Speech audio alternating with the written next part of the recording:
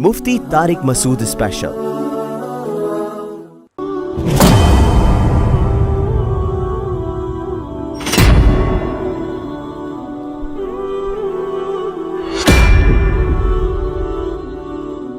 ریگستان میں انسان کو سفر کی ضرورت تھی صدیوں پہلے، تو اللہ نے اس کے لیے کس جانور کو پیدا کیا؟ اونٹ کو۔ ہر چیز اس کی ریگستان کے حساب سے، تو اونٹ کو ریگستان کے حساب سے ڈیزائن کیا گیا ہے، یہ خود سے نہیں بنا۔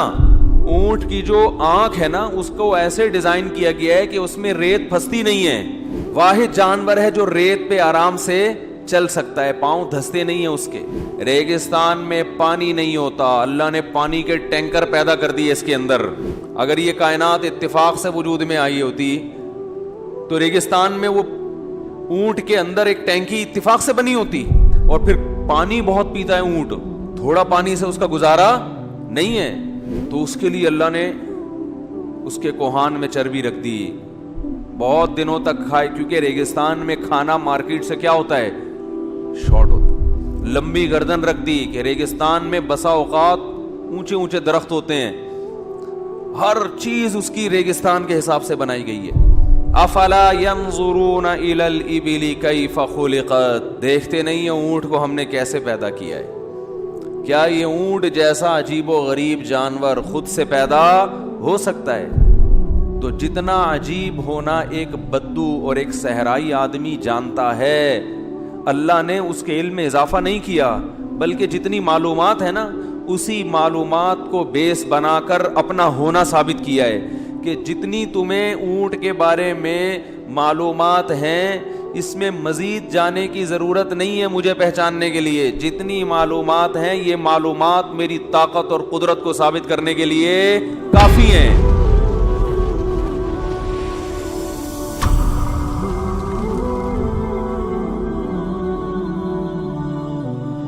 تو یہ بات خوب یاد رکھیں کہ اگر قرآن میں یہ سائنسی نظریات ذکر ہوتے ہیں نا، جن پر آج سائنسدان مطلع ہو رہے ہیں، تو اس سے قرآن آسان کے بجائے کیا ہو جاتا؟ مشکل ہو جاتا۔ اس سے لوگوں کو ہدایت نہیں ملتی، بلکہ صدیاں ان تھیوریز کو صحیح ثابت کرنے میں لگ جاتی۔ تو یہ قرآن پھر بلاغت کی کتاب نہ ہوتی، معاذ اللہ۔ یہ قرآن پھر ہدایت نہیں، معاذ اللہ گمراہی کی کتاب بن جاتی۔ اور دنیا میں کہیں بھی کسی کتاب کا کوئی ٹاپک ہوتا ہے تو وہ کتاب دوسرے موضوع کو نہیں چھیڑتی۔ دیکھو، لا قوانین جہاں بھی لکھے ہوئے ہوتے ہیں، آپ کسی وکیل سے پوچھیں کہ جو لا کی کتاب کوئی لا کے دو مجھے، جس میں قانون لکھا ہوا ہو، آئلی قوانین، فوجداری قوانین، اس کتاب میں کہیں ایک جگہ پہ پانی کا فارمولا دکھا دیں، ہے بھائی کہ ہائیڈروجن کے دو ہوتے ہیں، آکسیجن کا بولو نا بھائی ایک ہوتا ہے، کہیں دکھا دیں۔ اب آپ نے جج سے کہا کہ یار یہ پاکستان کا جو لا ہے، قانون ہے، اس میں سائنس کی باتیں تو ہے نہیں، لہذا یہ تو پرانی بوسیدہ قوانین ہے جن کا یہ 15ویں صدی میں نہیں چل سکتے، اس میں تو سائنسی تھیوری کائنات دھماکے سے بنی تھی یا بغیر دھماکے کے، اس میں تو نہ میڈیکل سائنس کی باتیں لکھی ہوئی ہیں، نہ اس میں جناب کوئی تھیوری، کوئی ڈاروین کی کوئی تھیوری ہو کہ انسان کیسے پیدا ہوا، کیا ہوا، کچھ بھی نہیں ہے اس میں۔ یہ ہمیں پرانے زمانے کی طرف لے کے جا رہی ہے یہ کتاب، اس کے قوانین کو فالو نہیں کیا جا سکتا۔ تو جواب کیا دے گا بھائی؟ کس نے کہا کہ یہ کوئی سائنسی تھیوریز پیش کرنے کی کتاب ہے؟ یہ لا ہے، اس میں قانون ہے۔ تو قانون کی کتابیں، نظریات درست کرنے کی کتابیں، ان کا ٹاپک سائنس ہے نہیں، اور یہ قرآن کا عیب نہیں ہے، یہ قرآن کی خوبی ہے کہ اس نے ٹاپک کو فوکس کیا ہے۔ قرآن اگر سائنس کی بات کرتا ہے تو وہ سائنس جو ہر پاگل سے پاگل کی سمجھ میں آسانی سے آ جائے، اس میں آپ کو سائنسدانوں سے مدد نہ لینی پڑے۔ افلا ينظرون الى الابل كيف خلقت، دیکھتے نہیں ہیں اونٹ کو ہم نے کیسے پیدا کیا ہے؟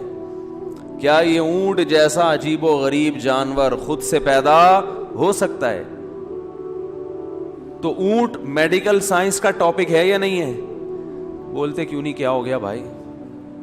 اونٹ کس کا ٹاپک ہے؟ میڈیکل سائنس کا ٹاپک ہے نا. آپ جانوروں کے ڈاکٹر سے پوچھو کہ اونٹ کو کیسے کھانا ہے, اونٹ کا نظام ہاضمہ, بولو نا بھائی کیسا ہے, یہ ڈاکٹروں سے پوچھو گے نا. قرآن نے بھی تذکرہ کیا. دیکھتے نہیں ہو ہم نے اونٹ کو کیسے بنایا, کیف خلقت, کیسے بنایا ہے, کتنا عجیب جانور ہے. تو جتنا عجیب ہونا ایک بدو اور ایک صحرائی آدمی جانتا ہے, اللہ نے اس کے علم میں اضافہ نہیں کیا, بلکہ جتنی معلومات ہے نا اسی معلومات کو بیس بنا کر اپنا ہونا ثابت کیا ہے.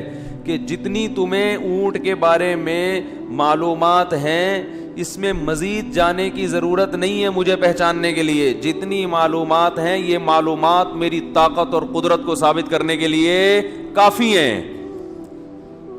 باقی ڈاکٹروں کا شعبہ ہے وہ ساری وہ اونٹ کے بیٹھ کر تحقیقات کرتے رہیں, کتابیں لکھتے رہیں. میرے وجود کو ثابت کرنے کے لیے اور میرے انسانوں پر احسانات کو ثابت کرنے کے لیے اتنی معلومات کافی ہیں جتنی تمہیں ہیں.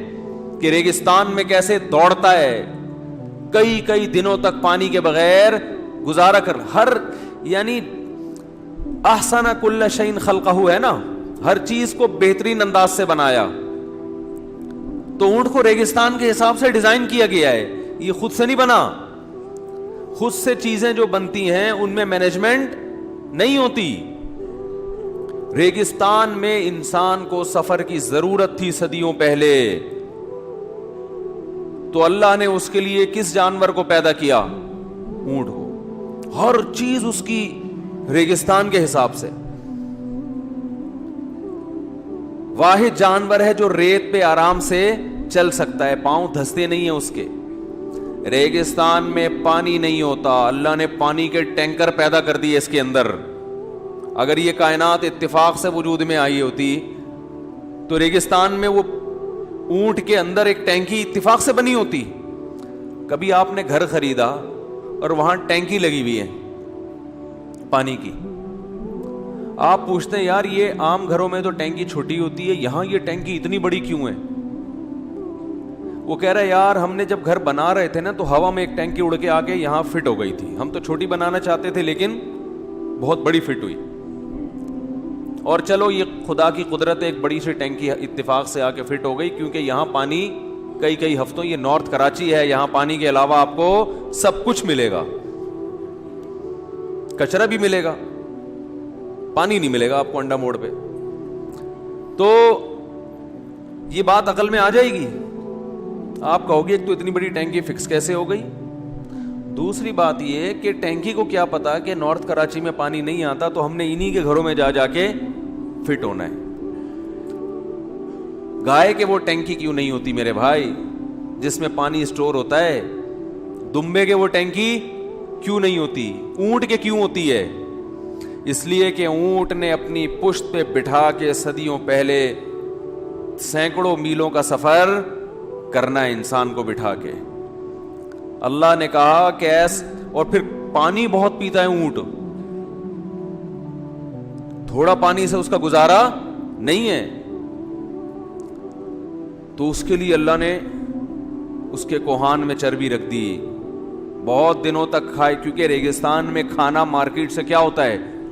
شارٹ ہوتا ہے. لمبی گردن رکھ دی کہ ریگستان میں بسا اوقات اونچے درخت ہوتے ہیں, ہر چیز اس کی ریگستان کے حساب سے بنائی گئی ہے.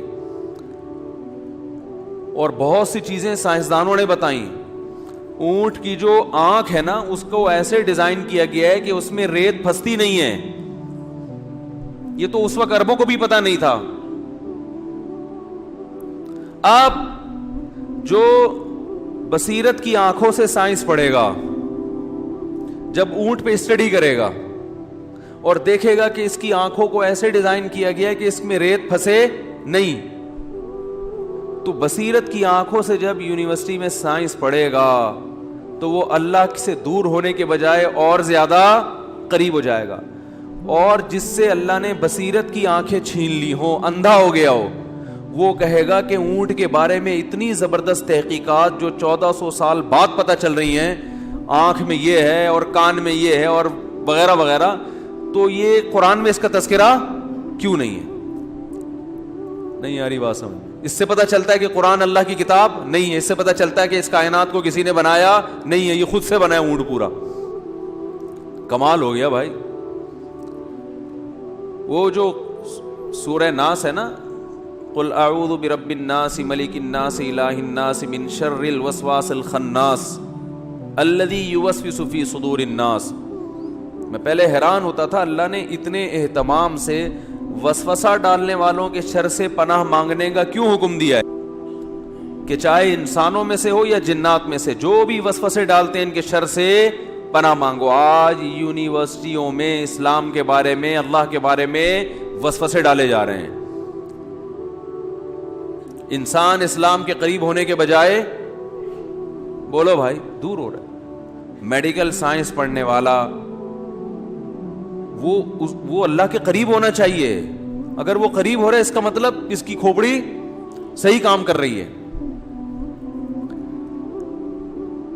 تو ایک بات تو یہ کہ قرآن میں کچھ نظریات, کچھ باتیں ایسی ہیں جو انسانی عقل سے کیا ہیں, اب تک بالا تر ہیں.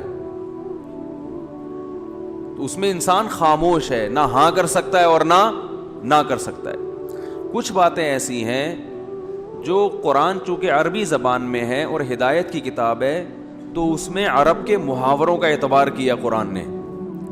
عرب کے محاورے,